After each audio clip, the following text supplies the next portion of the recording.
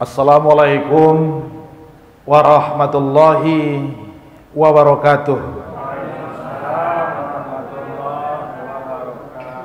Alhamdulillahi rabbil alamin, wabihi nasta'inu ala umurid dunya waddin, wassalatu wassalamu ala asrafil anbiya'i wal mursalin, sayyidina wa maulana Muhammadin wa ala alihi wa sahbihi ajma'in.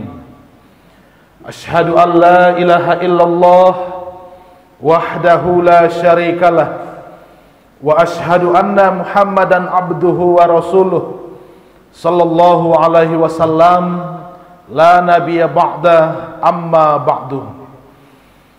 Pertama sekali pada maghrib ini kembali kita bersyukur kepada Allah Subhanahu wa taala. Jantung kita masih berdetak, darah kita masih mengalir, paru-paru kita masih aktif. Semua adalah karunia Allah Subhanahu wa taala. Maka pantas kita syukuri nikmat yang kita dapatkan dari Allah, yang diberikan oleh Allah Subhanahu wa taala, dengan ucapan alhamdulillahi rabbil alamin. Salawat dan salam kepada Rasulullah Nabi besar Muhammad sallallahu alaihi wasallam. Allahumma sholli ala sayyidina Muhammad wa ala ali sayyidina Muhammad. Yang kita muliakan Bapak Ibu pengurus Masjid Hidayatun Nurbaini, yang saya hormati Bapak Ibu jamaah salat Maghrib, jamaah wirid, hadirin dan hadirat, kita semua insyaallah dimuliakan Allah Subhanahu wa taala. Kajian kita pada bulan kemarin, di bulan Agustus, adalah bagaimana kita bisa untuk bersyukur kepada Allah, terutama bertepatan di bulan Agustus, mensyukuri nikmat kemerdekaan yang Allah berikan kepada kita. Kita bisa merdeka dari penjajah Belanda dan Jepang. Pada kesempatan ini Bapak Ibu, kajian kita adalah larangan Allah dan Rasulullah Nabi Muhammad sallallahu alaihi wasallam kepada kita semua, yang tidak boleh untuk kita laksanakan, tidak boleh untuk kita kerjakan, tidak boleh untuk kita lakukan. Al-Quran Allah turunkan 6.666 ayat, 114 surat, dan juga 30 juz. Berisikan sebagian darinya adalah perintah. Perintah untuk ibadah. Ada perintah solat, puasa, infak, sodakoh, zakat, korban, dan juga haji ke kota Makkah. Tapi sebagian darinya Bapak Ibu, Allah juga membuat aturan kepada kita semua. Allah memberikan larangan yang tak boleh untuk kita laksanakan, tidak boleh untuk kita kerjakan. Begitu juga dilanjutkan oleh hadis ataupun sunnah dari kekasihnya Muhammad sallallahu alaihi wasallam. Pada kesempatan ini Bapak Ibu, kita lihat apa yang dilarang Allah untuk tidak kita kerjakan. Nomor satu Bapak Ibu, jangan sampai kita memakan harta anak yatim. Nah, ini nomor satu Bapak Ibu. Kajian kita malam ini berat. Kita lihat sesuai dengan waktu nanti masuk waktu Isya. Nomor satu adalah larangan Allah dan Rasulnya, jangan sampai kita memakan hartanya anak yatim. Maka kita lihat dari 30 juz Al-Quran, 114 surat. Berapa kali Allah berbicara tentang anak yatim dalam Quran? Masa Allah tabarakallah, lebih dari 20 kali Allah mengulang kalimat yatama, yatama, yatama. Mulai dari tidak boleh untuk menghardik mereka, tidak boleh untuk berlaku semena-mena kepada mereka, apalagi untuk mengambil harta bendanya. Kita lihat Bapak Ibu surat yang sangat pendek dulu. Semua kita tentunya sudah hafal surat ini. Namanya surat Al-Ma'un, ayat pertama. Ini pertanyaan Allah untuk kita Bapak Ibu, tanpa terkecuali. A'udzubillahi minasyaitonir rajim. Bismillahirrahmanirrahim. Ara'aital ladzi yukazzibu biddin. Tahu enggak kamu siapa orang yang mendustakan agama, kata Allah. Beragama tapi mendustakan agama. Ara'aital ladzi yukazzibu biddin. Kamu tahu tidak siapa orang yang mendustakan agama itu? Beragama tapi dusta. Solat tapi bohong. Puasa tapi bohong. Bersodakoh, berinfak, dia keluarkan zakat tapi bohong. Berkurban di bulan Zulhijjah, mampu dia tiap tahun, tapi maaf, itu bohong. Dia sampai ke Makkah, tiba di Madinah untuk umrah ataupun haji, tapi itu semua adalah bohong. Apa masalahnya? Kalau ada Bapak Ibu tafsir, tafsir yang paling tinggi, yang paling kuat adalah tafsirul ayat bil ayat. Bukan yang menjelaskan adalah fakar, bukan menjelaskan adalah tokoh, tapi Allah yang memberikan penjelasan. Ayat pertama pertanyaan, Ara'aital ladzi yukazzibu biddin. Kamu tahu tidak siapa orang yang mendustakan agama, kata Allah. Ditanya kita semua Bapak Ibu, apa masalahnya? Jawabannya ada pada ayat berikutnya, ayat kedua. Fazalikal ladzi yad'ul yatim. Mereka hardik anak yatim. Nauzubillah min zalik. Bapak Ibu, ini masalahnya rupanya. Anak yatim jangan kita hardik. Kenapa Bapak Ibu? Orang tuanya sudah tidak ada.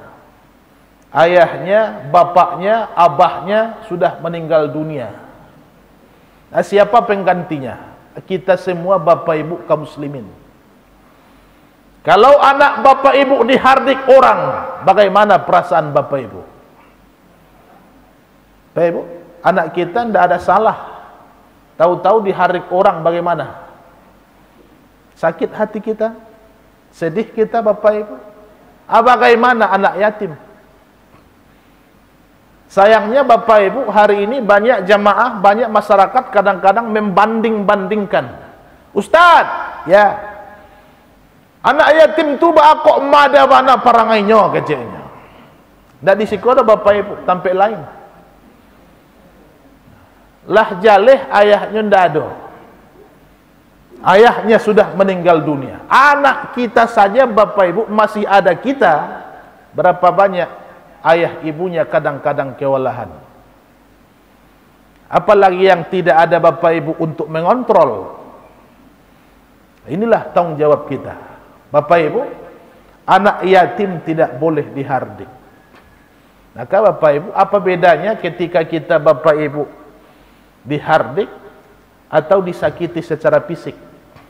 Nah, inilah Bapak Ibu perbedaan pendidikan guru di zaman hari ini dengan dulu di zaman kita. Bapak Ibu yang umurnya 70 tahun ke atas, nama sekolahnya dulu bukan sekolah dasar Pak, SR, sekolah rakyat. SD hari ini, sekolah dasar hari ini tidak sama dengan SD dulu. Di masa saya saja Bapak Ibu, guru belum ada seperti yang hari ini. Sekarang guru takut. Sedikit-sedikit ham. Dulu mana ada? Kalau ada murid tidak ada tugas, tidak ada PR, besok sekolah tidak ada PR-nya, Bapak Ibu maju ke depan. Kenapa tidak buat PR? Tidak ada jawaban. Berdiri sampai pulang. Angkat kaki sebelah, pegang telinga. Itu dulu itu. Bapak Ibu, apa bedanya ketika kita tampar pipi, kita tempeleng wajah anak atau wajah orang, dengan kita Bapak Ibu marahi, kita berangi, kita caci maki, kita hardik, apa bedanya? Ketika Bapak Ibu disentuh fisik, merah pipinya, panas rasanya, berapa menit supaya panasnya itu hilang, merahnya itu bisa pergi? Hitungan detik Bapak Ibu. Tapi ketika kita marahi anak, ketika Bapak Ibu kita caci, kita umpat, kita hardik itu anak, berapa lama dia supaya bisa untuk melupakannya Bapak Ibu?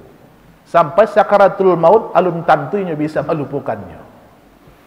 Buktinya Bapak Ibu, apakah Bapak Ibu masih ingat dengan guru-guru sekolah yang dulu yang killer-killer kepada Bapak Ibu?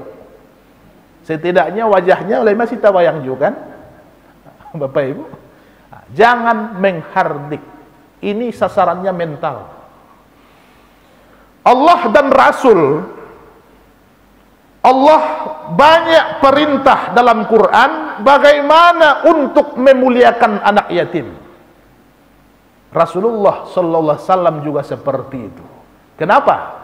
Karena untuk anak yatim dan piatu Bapak Ibu itu bukan pilihan seseorang, tapi Allah yang memilih, Allah yang menghendaki, Allah yang menentukan, Allah yang menakdirkan.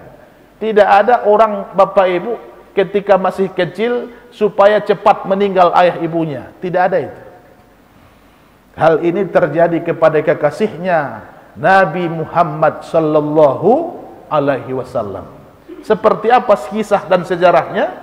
Bapak Ibu jamaah salat Maghrib yang dimuliakan Allah, sebelum Rasulullah lahir, ayahnya Abdullah sudah meninggal dunia. Lahir Nabi, ayah tidak sempat dikenal. Siapa ayahnya? Abdullah. Begitu masih anak-anak, masih kecil, yang ada ibu, tapi ibu juga Allah panggil ketika anak, ketika Nabi, ketika Muhammad SAW sedang butuh kasih sayang, perhatian dan kasih sayang dari ibunya Aminah, Allah panggil pada waktunya. Jadi itu bukan pilihan Nabi, tapi Allah yang memilihkan Bapak Ibu. Maka karena Nabi sudah merasakan, kalau Nabi keduanya hilang, ayah meninggal, ibu juga meninggal dunia, padahal masih anak-anak, masih kecil. Bagaimana rasanya menjadi anak yatim? Nabi sudah rasakan. Bagaimana rasanya menjadi anak piatu? Nabi sallallahu alaihi wasallam juga sudah merasakan. Maka Nabi Bapak Ibu sangat memuliakan anak yatim. Ada kisah Bapak Ibu, suatu hari 14 abad yang lalu di tanggal 1 Syawal. 1 Syawal itu berarti hari Lebaran, hari kemenangan orang Islam, karena sudah habis berperang memerangi hawa nafsu selama 1 bulan penuh berpuasa di bulan Ramadan. Hari 1 Syawal itu Bapak Ibu, Rasulullah bersama kaum muslimin hendak melaksanakan solat hari raya Idul Fitri ke suatu tempat tanah lapang. Dalam perjalanan menuju lokasi tempat solat itu, tahu-tahu ditemukanlah seorang anak yang masih kecil di pinggir jalan menangis terisak-isak. Air matanya jatuh, perasaannya sedih luar biasa. Melihat ada anak kecil di pinggir jalan menangis, Rasul menghentikan langkah, kemudian mendekat kepada si anak kecil itu. Lantas Rasul bertanya, "Wahai anak kecil, kenapa engkau menangis hari ini? Kenapa engkau bersedih, nak? Apa yang membuat air matamu itu jatuh? Ada apa gerangan, nak?" Ini pertanyaan Rasul kepada anak, Bapak Ibu, yang anak itu terisak-isak menangis. Dengan perasaan sedih sambil menangis, si anak menjawab. Apa jawaban anak itu? "Ya Rasulullah, ayahku sudah meninggal dunia. Ayahku sudah tidak ada ya Rasul, dan aku adalah seorang anak yatim." Jadi ayahmu sudah meninggal dunia, nak? "Iya ya Rasulullah." "Kamu anak yatim, nak?" "Iya ya Rasulullah." "Shaddaqta ya Rasulullah." Engkau benar ya Rasulullah. Kalau ayahmu sudah meninggal, ayahmu sudah tidak ada, dan engkau adalah anak yatim, langsung dari berdiri posisi Rasulullah, langsung dia jongkok supaya bisa setara tingginya dengan anak. Apa yang diperbuat? Dia peluk itu anak, dia rangkul. "Kalau engkau anak yatim, nak, akulah sebagai ayahmu. Akulah, nak, sebagai orang tuamu. Jangan bersedih. Hapus air matamu, dan akulah sebagai orang tuamu, nak." Masya Allah, tabarakallah. Begitulah Nabi sallallahu alaihi wasallam memuliakan seorang anak yang kehilangan ayah, Bapak Ibu. Bahkan 14 abad yang lalu, Rasul memberikan peluang kepada kita umatnya. Bagaimana cara Rasulullah memberikan kabar gembira itu? Rasul angkat tangan kanan, kemudian beliau isyaratkan dengan 2 buah jari, yaitu jari telunjuk dan jari tengah. Apa yang diungkapkan Nabi? "Aku dan pencinta anak yatim, aku dan penyantun anak yatim, pengayom anak yatim, pemerhati anak yatim, ibarat 2 jari ini di sorga kelak." Ibarat 2 jari ini di sorga kelak, kata Rasulullah SAW. Bapak Ibu, siapapun di antara kita yang mampu untuk memuliakan mereka, jangan menyakitinya, jangan memakan hartanya, jangan zolim kepada mereka. Tapi Bapak Ibu justru mengayomi mereka. Apa bonus pertama? Masya Allah, tabarakallah, surga jaminannya. Aku dan pencinta anak yatim, ibarat 2 jari ini di surga kelak. Bapak Ibu, nomor 1 balasannya surga. Ini janji Nabi. Kalau Nabi yang berjanji sama dengan Allah berjanji dalam Quran. Innaka la tukhliful mi'ad.